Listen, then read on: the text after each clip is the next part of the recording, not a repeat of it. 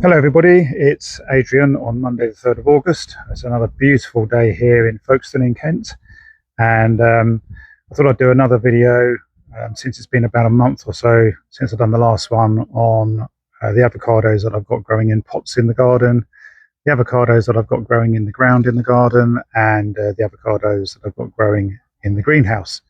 So for those of you that have watched my videos, you'll know which trees these are.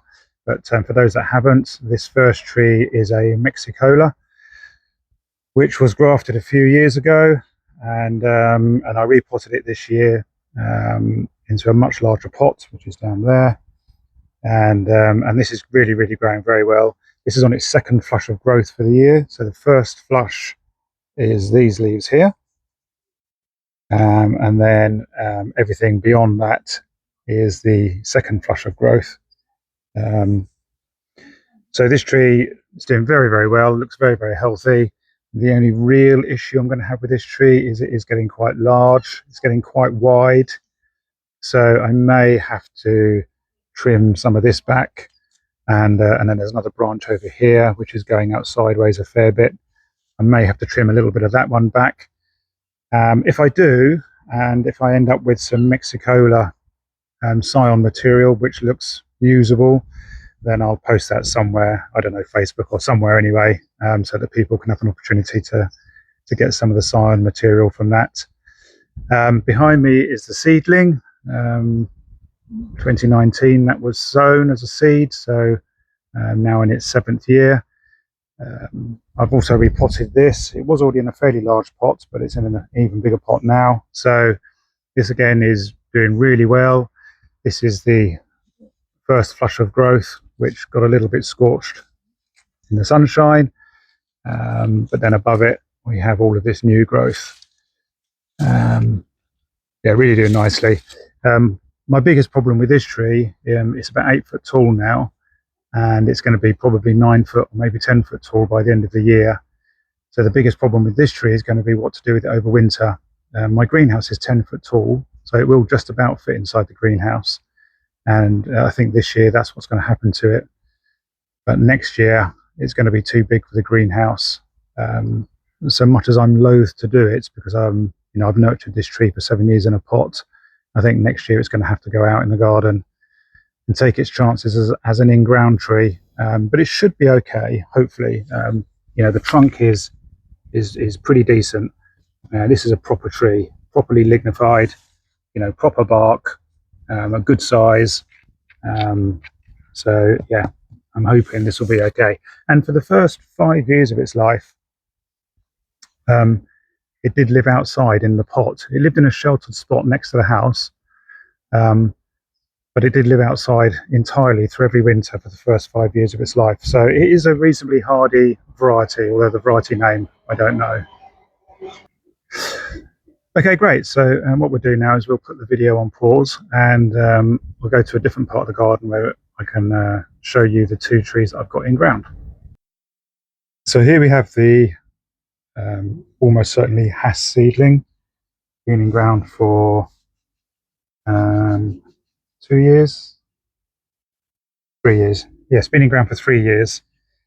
I've cut this back really quite hard on several occasions in an attempt to keep it lower than the roof line of the top of the greenhouse, because that's the most sheltered part of this spot, certainly during the winter. But if I'm honest, I've given up now. This tree is just so vigorous. It just wants to grow and grow. So I'm just going to let it do that now. This winter coming, it's not going to get any protection. It's just going to be left to its own devices, as it was last winter, and then we'll see what happens. It does die back quite hard, but not terrible in the winter. But this, this really fresh, new, soft green growth at the top here, this is going to have to harden off a lot over the next few months. Otherwise, that's going to die for certain. Behind me, I have the allegedly bacon grafted plant. Apologies for the light, the sun's at a funny angle, it's quite difficult to get it in. This has not put out its second flush of growth. These leaves are its first flush. It's not even showing any signs of putting out a second flush of growth. It's really just doing nothing at all, but it doesn't look unhealthy. So hopefully lots of energy is going into the root system, not into the leaves.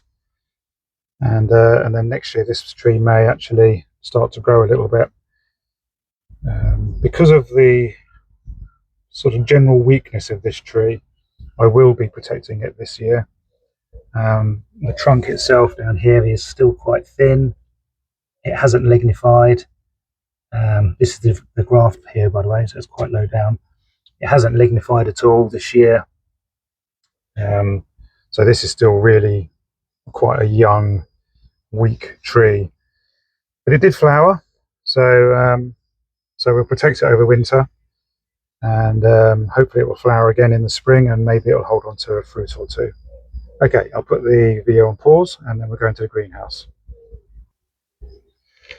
So here we are in the greenhouse. Now the biggest update in here is that this tree in the greenhouse never really looked all that healthy. Used to water it and feed it, and you know, it grew and it's flowered and it's produced fruits, but it just never looked like it was thriving. However, some time ago now, probably, I don't know, 6 weeks, 8 weeks ago, something like that, I had the pleasure and the fortune to meet a chap called Mike down in St Leonard's, who he may not call himself as such, but I would class him as a bit of a expert when it comes to avocados. And we got talking about my environment. He'd seen a few of my videos, and he suggested that I start to mulch this tree much more significantly. So to that end, I built this little container out of some old fence panels around the tree, around the drip line, and I have been dumping all the waste, green material and brown material, you know, leaves, twigs, whatever, into this area. And I have to say that as a result, my tree in the greenhouse looks incredible. All the leaves have really greened up, and the size of the leaves now, you know, they've literally, again, the lighting in here is terrible. They've literally doubled in size, trebled in size, really.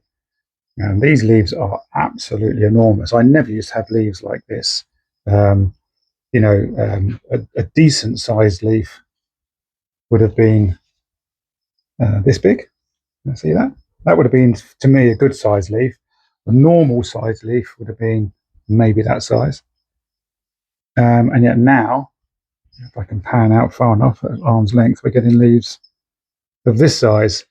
So, you know, a special thank you to Mike.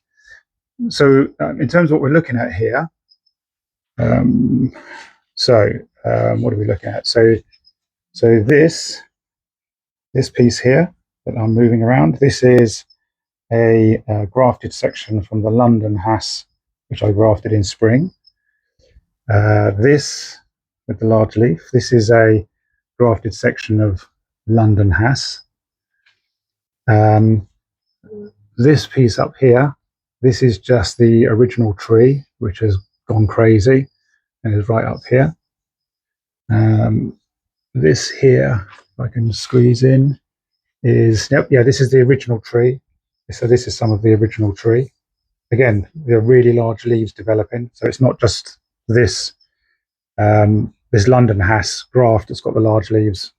My original tree is now beginning to develop large leaves. This Joey up here, this grafted section of Joey, was pretty much dormant for a whole year, but now this has absolutely burst into life, really going nicely.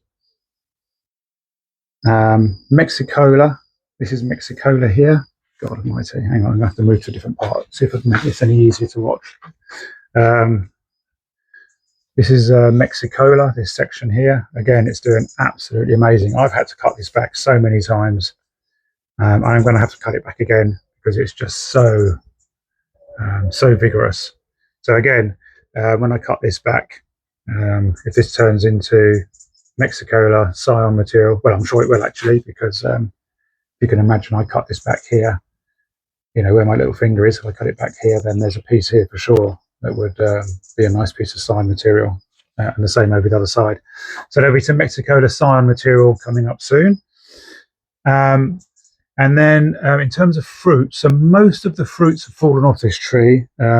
This greenhouse is getting to over 40 degrees in here, even with all the doors and the windows open. There's just nothing I can really do about that. There are a couple of small fruits hanging on.